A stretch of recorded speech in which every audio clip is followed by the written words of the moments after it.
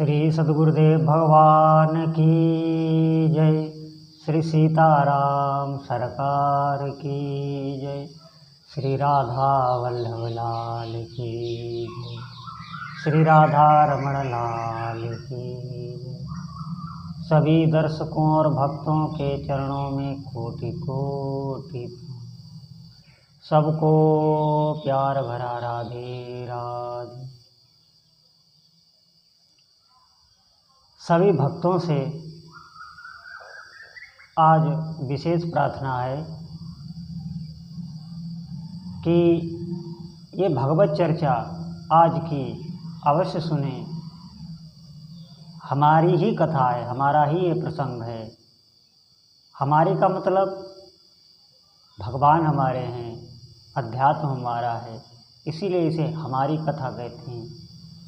और आइए आज अध्यात्म की बहुत गोपनीय जानकारी, जिसके लिए प्रायः हम भटकते हैं। सबके मन में ये सवाल होता है, ईश्वर को, भगवान को, आत्मा को, परमात्मा को लेकर सबके मन में सवाल होता है। ये विकार, भय, चिंता, शोक, मन में कामना, काम वासना, ये सब परेशान करते हैं। ये सबके अंदर विकार होता है, सब इससे ग्रसित होते हैं।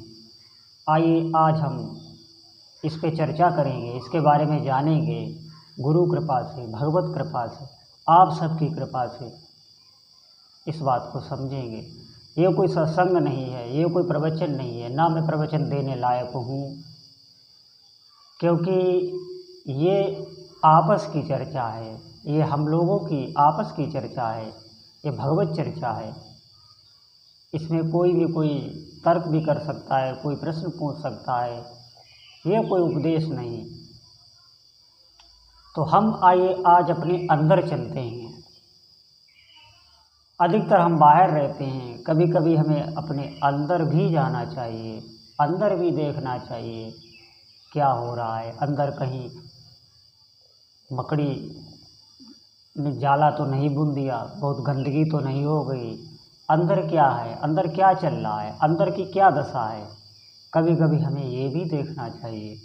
हम बाहर तो अपना घर या कमरा खूब साफ़ सफाई करते हैं, खूब अच्छी तरह उसको चमकाते हैं, खूब सब कुछ कर देते हैं, लेकिन हमें अंदर भी तो देखना चाहिए। अंदर क्या, जहाँ हम रहते हैं, क्योंकि रहना तो हमें अंदर ही है। बाहर बारिश होने लगेगी तो हम कहाँ जाएंगे, अंदर ही जाएंगे ना। बाहर कोई तकलीफ़ हो गई या बाहर जीवन यापन करने में कोई दिक्कत हो गई तो हम अंदर ही जाएंगे, घर के अंदर जाएंगे, आराम से गेट बंद करके आराम से सोएंगे रहेंगे। तो हमें अंदर भी जाना चाहिए। तो आइए आज हम अंदर चलते हैं। श्री हरि भगवान श्री ठाकुर जी की कृपा से, श्री सद्गुरुदेव की कृपा से आज हम अंदर भी चलेंगे। तो हम आपको बता रहे हैं कि जैसे हम अपने घर में प्रवेश करते हैं, अपने कमरे में प्रवेश करते हैं, तो वहाँ पे रोशनी होती है, या रोशनी नहीं है तो हमने जला ली। जब रोशनी हो जाती है तो हमें कमरे के अंदर सभी वस्तुएं दिखाई पड़ती हैं। जो भी वहाँ सामान पड़ा है, जो भी वस्तु, चाहे वस्तु अच्छी है या बुरी है, हमारे बरतने वाली है, हमारे नहीं बरतने वाली है, बहुत दिनों से ऐसे ही पड़ी है, बेकार पड़ी है, उसका कोई अर्थ नहीं, लेकिन पड़ी है, रखे हैं हम। बहुत सी चीज़ें ऐसी हैं जो हानिकारक भी हैं, हमारी सेहत के लिए लाभदायक भी हैं, हमारी सेहत के लिए हानिकारक भी हैं, लेकिन वो भी रखी हैं हमारे कमरे के अंदर। वो भी हर चीज़ रखी हुई है, और वो हम देख पाते हैं जब हम प्रकाश करते हैं कमरे में। चाहे सूर्य का प्रकाश हो, अगर रात हो गई है तो हम दीपक जला के, बल्ब जला के रोशनी करते हैं, तो उस रोशनी से हमें सब कुछ दिखाई पड़ता है, उसमें जो अच्छा है या बुरा है। इसी प्रकार हमारे अंदर भी जो साक्षी रूप से बैठा है, जिसे हम भगवान कहते हैं, कृष्ण कहते हैं, राम कहते हैं, शिव कहते हैं, आत्मा कहते हैं, ब्रह्म कहते हैं, निर्गुण कहते हैं, सगुण कहते हैं, जो भी कहते हैं, ये सब सिद्धांत हैं, ये सब विचार हैं, ऋषियों के सिद्धांत हैं। लेकिन है, साक्षी तो है। उसी साक्षी से हमारे अंतःकरण में हमें सब कुछ दिखाई दे रहा है। हमें मन, बुद्धि, चित्त, अहंकार सब कुछ दिखाई दे रहा है। देखो ना, हम कहते हैं हमारा मन आज ऐसा है, हमारी बुद्धि कट गई थी, हमारी बुद्धि उलट गई, भगवान ने हमारी मत काट दी या उसने हमारी मत बदल दी। हम सबके दृष्टा होते हैं और वो प्रकाश जो बता रहे वही साक्षी का प्रकाश होता है। लेकिन एक बात ध्यान रखें, वो देखने वाला है, दिखने वाला नहीं है। उसे आप देख नहीं सकते, वो देख रहा है, उसके प्रकाश में ये सब कुछ भान हो रहा है। अब हमारे मन में जो अच्छी चीज़ें, अच्छे विचार आते हैं उनको, या मन के अनुकूल है, जिनमें हम सुख अनुभव करते हैं, जब वो चीज़ें आती हैं तो हम सुखी होते हैं। जिनको हम दुख अनुभव करते हैं, जब वो चीज़ आती हैं तो हम दुखी होते हैं। लेकिन एक बात आप ध्यान रखें, सब एक ही कामना को लेकर, एक ही वस्तु में सब सुखी नहीं होते, एक ही चीज़ को लेकर सब दुखी नहीं होते। कुछ चीज़ें ऐसी होती हैं जिनसे हम सुखी हो रहे हैं, लेकिन वही चीज़ें दूसरे को दुख पहुंचा रही होती हैं। कुछ चीज़ें ऐसी होती हैं जिसके लिए हम दुखी हो रहे हैं, लेकिन वही चीज़ें दूसरों को सुख अनुभव होती हैं। बहुत चीज़ें ऐसी हैं, जैसे बारिश हो रही है तो बारिश में बहुत लोगों को दुख हो रहा है क्योंकि उनका नुकसान हो रहा है, बहुत लोगों को आनंद है क्योंकि मौसम ठंडा हो गया, वो बहुत खुश हैं। लेकिन बहुत लोग दुखी हो गए, उनकी फसल नष्ट हो रही। तो ये हमारे हिसाब से है, हमारी क्या मान्यता है। तो अब हम कहते हैं कि उस प्रकाश, वो जो प्रकाश है जो हम स्वयं हैं, अभी हम उसको जाने नहीं, अभी हम इस बात पे नहीं जाएंगे, ये तो बहुत आगे की बात है। हम अभी देख रहे हैं कि उस प्रकाश से ही हमें सब कुछ दिखाई दे रहा है। हमारे मन में जो भी स्फुरणा हो रही है, जो भी विकार आ रहे हैं, वो हमें उस प्रकाश से ही दिखाई दे रहे हैं। अब आप एक बात ध्यान रखिए, विकार जो हैं, विकार जिनसे हम जलते हैं, जिनसे हम घबरा जाते हैं, जिनसे भयभीत हो जाते हैं, उन्हें विकार कहते हैं। जैसे काम है, क्रोध है, लोभ है, मोह है, काम वासना है, ईर्ष्या है, द्वेष है, मत्सर है, ये सब विकार होते हैं। ये विकार सबके अंदर होते हैं, आप समझो, सबके अंदर हैं। ऐसा कोई भी नहीं है जिसके अंदर विकार ना हो। लेकिन होता क्या है, हमारे अंदर जब विकार आते हैं तब हम उन विकारों को अपने में देखते हैं, क्योंकि हम अभी हमारी जो धरा होती है वो मन के हिसाब से होती है। हम मन को ही अपना मैं समझते हैं, इस शरीर, इस देह को ही अपना मैं समझते हैं। तो उन विकारों से हम प्रभावित होते हैं, क्योंकि विकार आते हैं तो मैं समझता हूँ मेरे अंदर काम आ गया, क्रोध हो गया। जब आप अपने अंदर समझते हैं तब फिर वही विकार आपको बंदर बना देते हैं। हमारे कहने का मतलब ये है, जब आप अपने अंदर महसूस करेंगे तो वो आपको बंदर बनाएंगे। बंदर के अंदर अधिकतर काम, क्रोध, मोह होता है। खुद को इधर उधर घूमो, भटको, भागो। देखो, विकार आएंगे ही, विकार सबके अंदर हैं, पहले से ही हैं तो आएंगे ही। साधु विकार आपको तभी बता पा रहा है कि उसके अंदर भी हैं, ऐसा नहीं है। अगर उसके अंदर ना हो तो वो मन के बारे में, मन की वृत्तियों के बारे में, इन सूक्ष्म बातों को सरल भाषा में कैसे बता देता है। उसके अंदर हैं, लेकिन जब उसके अंदर विकार होते हैं तो वो तत्काल मन को अलग देखता है। वो मन के अंदर विकार देखता है, अपने अंदर नहीं। उन विकारों को अपने अंदर ले लेने तक, मतलब उन विकारों को अपने अंदर महसूस नहीं करने लगता है। उन विकारों को अलग देखता है, अलग हटके देखता है, तुरंत अलग हो जाता है। वो अलग क्यों हो जाता है? क्योंकि उसके पास अध्यात्म बल है, उसके पास भजन बल है, उसके पास नाम जप है। नाम जप ये ऐसी ऊर्जा होती है कि वो विकारों को अलग दिखाती है, उसमें नहीं दिखाती, नहीं तो फिर वो उनसे ग्रसित हो जाएगा। जो ग्रसित लोग हैं वो कहाँ बता पाते हैं इन बातों को। वो समझ बात, जब कोई बताता है तो वो उसको समझ लेते हैं, महसूस करने लगते, सर हिलाने लगते हैं, हाँ हाँ। वो ऐसा होता है कि जब विकार किसी भजनानंदी, किसी भजन करने वाले के अंदर आते हैं तो वो उनको तुरंत ही अलग देखने लगता है, स्वाभाविक देखने लगता है। उसे चेष्टा नहीं करनी पड़ती, कोई प्रयास नहीं, कोई जोर नहीं लगाना पड़ता, क्योंकि वो भजन जो है वो विकारों को हावी ही नहीं होने देता। तो फिर वो उन विकारों को समझ पाता है कि विकार क्या हैं, कैसे हैं, क्या है।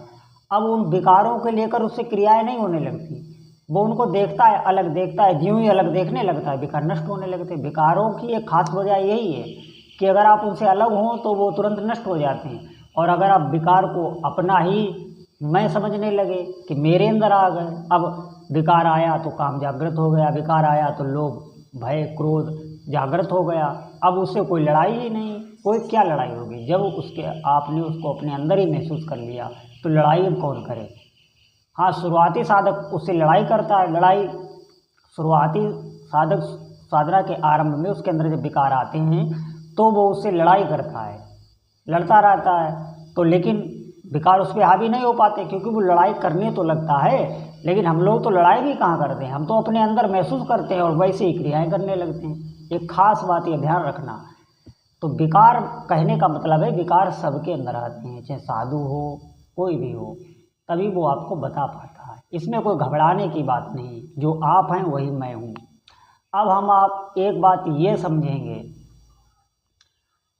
कि जब विकार आने पर हमसे क्रियाएं हो जाती हैं, जैसे कोई आपके अंदर विकार आया, अब आपने अकेले में जाके कोई पाप आचरण कर दिया, कोई क्रिया कर दी, कोई भी शास्त्र विरुद्ध कोई भी गलत कार्य आपने कर दिया। अब आप जानते हैं कोई नहीं जाना, लेकिन वो साक्षी तो आपके अंदर जान गया।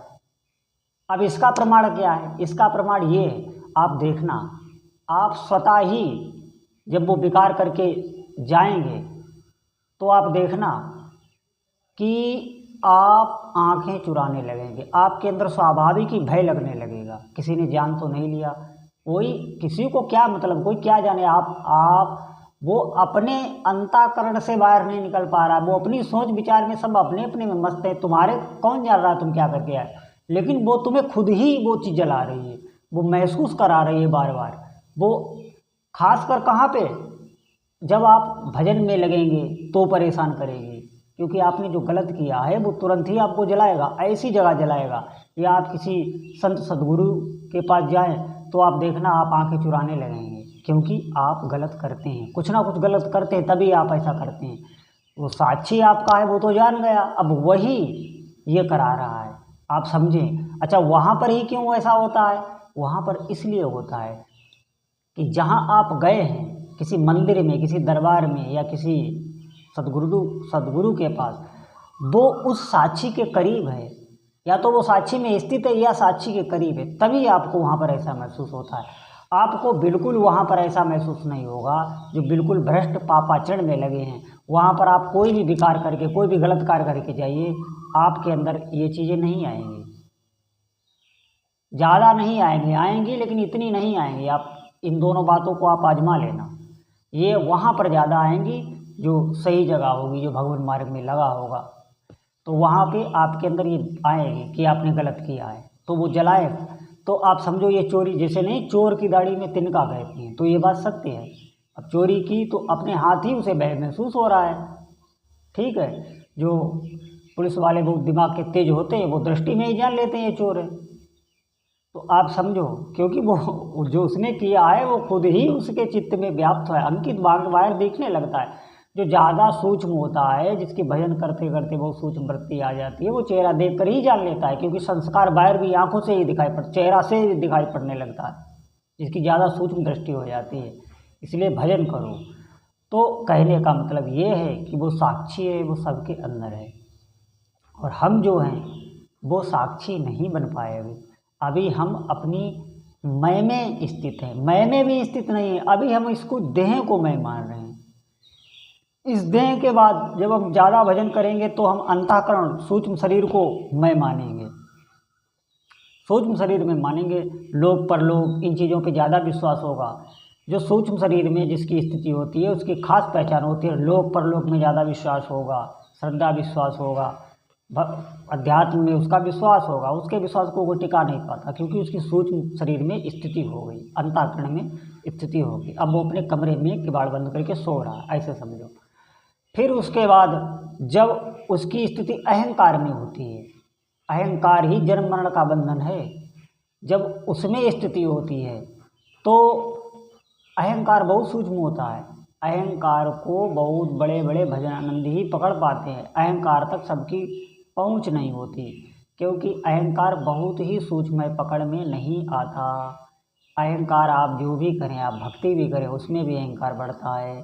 कोई भी वो करे, अहंकार जल्दी नष्ट नहीं होता। अहंकार भगवान के जब होके भगवान के आगे जब आपका समर्पण हो जाता है, जब आप कहते नहीं तेरे करे ही सब होता है, मैं तो कुछ नहीं हूँ प्रभु, मैं तो कुछ नहीं हूँ, सब आप ही हैं, तो अहंकार भस्म होता है। जब जहाँ पर शरणागति हो जाती है, ये बाद का विषय है।